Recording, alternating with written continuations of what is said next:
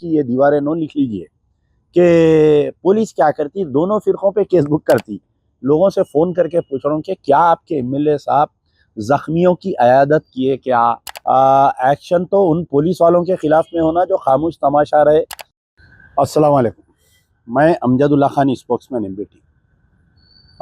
जैसा कि आप लोग जानते हैं कि कल जो मेदक में नाखुशगवार वाक़या पेश आया, तो उसमें जो है सरासर कहीं ना कहीं पुलिस इंटेलिजेंस फेलियर बोलिए, पुलिस एडमिनिस्ट्रेशन फेलियर बोलिए, या चीफ मिनिस्टर रेवंत रेड्डी का फेलियर बोलिए, लेकिन नुकसान जो हुआ वो मुसलमानों का हुआ, ज़ख्मी जो है मुसलमान हुए। तो सबसे पहले तो आज सुबह से जो है मैं उम्मीद कर रहा था कि चीफ मिनिस्टर इस मसले पर कुछ गुफ्तगू करेंगे और एक स्ट्रॉन्ग वार्निंग भेजेंगे उन पुलिस एडमिनिस्ट्रेशन को भी, और जो है जो हिंदू फ़िरका परस्त तंजीमें कल जो माहौल बिगाड़ने की कोशिश की है उनके ख़िलाफ़ में। लेकिन सुबह से कहीं भी ना तो चीफ मिनिस्टर का कोई ट्वीट आया रेवंत रेड्डी का, ना कोई उनका बयान आया। चलिए, जब चीफ मिनिस्टर का नहीं आया तो कांग्रेस के कोई और सरबरा मिनिस्टर का कोई बयान नहीं आया, और कांग्रेस के कोई अक़लियती कायदीन का भी बयान नहीं आया। हमारे मोहम्मद अली शब्बीर, उनका भी कोई बयान नहीं आया, और दीगर जितने भी कांग्रेस के अक़लियती कायदीन हैं इनका भी इस मौजू पर कोई बयान नहीं आया। बिल्कुल खामोश, मुँह को सांप सूंघ गया वैसा बैठे हुए हैं लोग। अब रही बात, वहाँ पर एक मेदक में एक पीस कमेटी की मीटिंग हुई। बड़े अफसोस की बात है कि पीस कमेटी की मीटिंग हुई, मुस्लिम तंजीमों को भी बुलाए, मेदक के कई लोग गए वहाँ पर, और वहाँ पर मजलिस इत्तेहादुल मुस्लिमीन के सदर का एक बयान आया कि पुलिस जो है दोनों फ़िरक़ों के जो ज़िम्मेदार हैं उनके ख़िलाफ़ में एक्शन लेगी।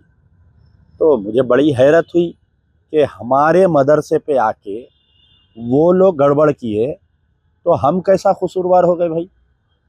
पुलिस की मौजूदगी में वो लोग हमला करे, पुलिस एक्शन तो उनके खिलाफ में होना। बीजेपी, आरएसएस, हिंदू युवा वानी, जो भी नाम बोलिए, जो कल पेश आया गड़बड़, एक्शन तो उन पुलिस वालों के खिलाफ में होना जो खामोश तमाशा रहे, दिन में 11 बजे से लेकर रात में 9-10 बजे तक नंगा नाच करते रहे, खामोश रही। बरखिलाफ़ इसके कि मजलिस के जो मेदक के सदर है उनका स्टेटमेंट आ रहा कि पुलिस दोनों फारिकीन यानी दोनों के जो भी ज़िम्मेदार है इस झगड़े में, तो हमारी क्या उसमें ज़िम्मेदारी है? यह बात समझ में नहीं आई। उमन तो होना ये चाहिए था कि मुस्लिम पूरे तंजीमें जो है ये पुलिस की मीटिंग का बायकाट कॉल करना था, बायकाट कॉल करके ये बोलना था कि आप जब तक उनको गिरफ़्तार नहीं करेंगे, जब तक उनके ख़िलाफ़ में। तो खैर बराए नम सोशल मीडिया के ज़रिए मेरे को ये मालूम हुआ कि 2 लोगों की गिरफ़्तारी अमल में आई, एक बीजेपी के मुकामी सदर की और बीजेवाईएम के मुकामी सदर की गिरफ़्तारी अमल में आई। जबकि खुलेआम पूरा सोशल मीडिया में हर नुक एंड कॉर्नर पे वीडियोस है वहाँ पर जो है तकरीबन आप अलानिया महसूस कर रहे हैं कि 200 आदमी से ज़्यादा लाठी है। तो ये लटा कहाँ से आए, ये 200 आदमी जमा कहाँ से हुए, और ये क्या साजिश थी, इसके ऊपर कोई गुफ्तगू नहीं कर रहा। उल्टा जो है अमन की अपील कर रहे हैं। ठीक है, आप अमन की अपील करिए, बहुत अच्छी बात है। मैं भी जो है तमाम जो भी लोग हैं सोशल मीडिया पे उनको मैं गुजारिश कर रहा हूँ कि वीडियोस को आप लोग सर्कुलेट मत करिए एक दूसरे के व्हाट्सएप पे। जो भी वाक़या नहीं होना था हो गया। हम जो है हुकूमत और पुलिस पे प्रेशर डालेंगे ताकि खातियों को गिरफ़्तार करें। अब यहाँ पर वहाँ के जो मुकामी एमएलए हैं, मैनापल्ली हनुमंतराव को मैं अब से नहीं, टीडीपी के एमएलए थे जब से जानता हूँ। सिटी इंचार्ज वो भी थे बेचारे, प्रेसिडेंट थे, फिर बीआरएस में आए, एमएलसी बने, फिर एमएलए बने। तो वो एक पक्के सेकुलर आदमी है, उनका घराना, और वो एक सेकुलर आदमी है। उनके लड़के वहाँ के एमएलए मैनापल्ली रोहित, डॉक्टर मैनापल्ली रोहित है। आज सुबह से मैं पूरा मेदक में लोगों से फ़ोन करके पूछ रहा हूँ कि क्या आपके एमएलए साहब ज़ख्मियों की अयादत किए क्या? आज तक नहीं आए। सुबह से, कल रात से गड़बड़ हो रही। मैं अगर मुकामी एमएलए रहता मैं स्पॉट पे चले जाता वहाँ पर, ज़ख्मियों को रात के 2 बजे जाके मैं देखता।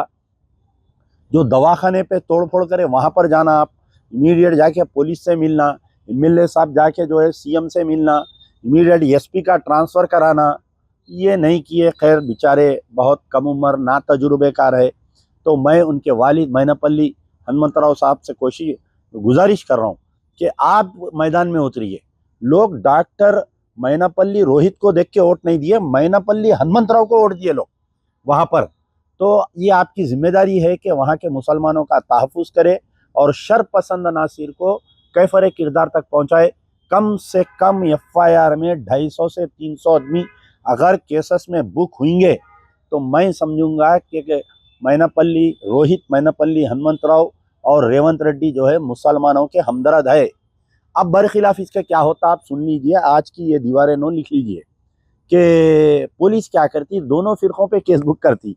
ये मदरसे वालों पे केसेस बुक करते, जख्मियों के ऊपर केसेस बुक करते, और जितने भी लोग हमारे जो है बराबर बराबर का, जैसा जंगी चरला में फिसाद करे वो लोग, शरपसंदी करे वो लोग, लेकिन जेल में डाले हमारे 18 उनके 9।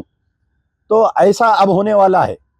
और एक बात हैरत की है कि सुबह से कोई मुस्लिम तंजीम नहीं, इतने बड़े बड़े तंजीमा हैं, सियासी जमातें हैं, गैर सियासी जमातें हैं, कोई जाके चीफ मिनिस्टर से नहीं मिला, रेवंत रेड्डी से जाके कोई नहीं मिला, डीजीपी से जाके नहीं मिला। अरे हो गया चलने दो, मारने दो, तोड़ने दो बोल के। बरखिलाफ इसके कि रघुनंदन राव, जबकि कम्युनली सेंसिटिव एरिया है, टेंशन है, उसको वहाँ आने कैसा दिया पुलिस वाले बताइए, बॉर्डर पे अरेस्ट करके हकाल दिए क्यों नहीं। तो बहरहाल ये बातें थी कि मैं अल्लाह से उम्मीद करता हूँ कि कल की ईद की नमाज जो है बहुत पुरसुकून गुजरेगी पूरे तेलंगाना में, और तमाम से सब्र व तहम्मुल का मैं उम्मीद करता हूँ। और हम खामोश बैठने वाले नहीं हैं। चीफ मिनिस्टर रेवंत रेड्डी सुन लो, कान खोलकर कान में उंगली डाल के हला के सुनो। हम इस मेदक के मसले पर अगर तुम्हारी सरकार एक्शन नहीं लेंगी तो हम खामोश बैठने वाले नहीं हैं। कम से कम 150 से 200 जो कल नंगा नाच करे, बजरंग दल वाले बोलिए, बीजेपी वाले बोलिए, उनके खिलाफ में आपको एक्शन लेना पड़ेगा। अगर आप एक्शन नहीं लेंगे तो फिर हमको एक्शन में आना पड़ेगा तुम्हारे खिलाफ में। हम मुहिम चलाएंगे कि रेवंत रेड्डी को हटाओ, कांग्रेस को बचाओ, हम मुहिम चलाएंगे। आपके लिए अभी भी वक्त है कि आप जो है इनके खिलाफ में एक्शन लीजिए। और फिर मैं दोबारा अपील कर रहा हूँ मैनापल्ली हनुमंतराव और डॉक्टर मैनापल्ली रोहित से कि आप ज़ख्मियों की अयादत करिए, उनको एक्सग्रेशिया दिलाइए गवर्नमेंट से, उनका जो इलाज हो रहा आप उनकी बिल भरिए, आप जो दवाखाने में तोड़ फोड़ हुआ आप जाके वो दवाखाने को बनवाइए। तो ये सब बातें थी।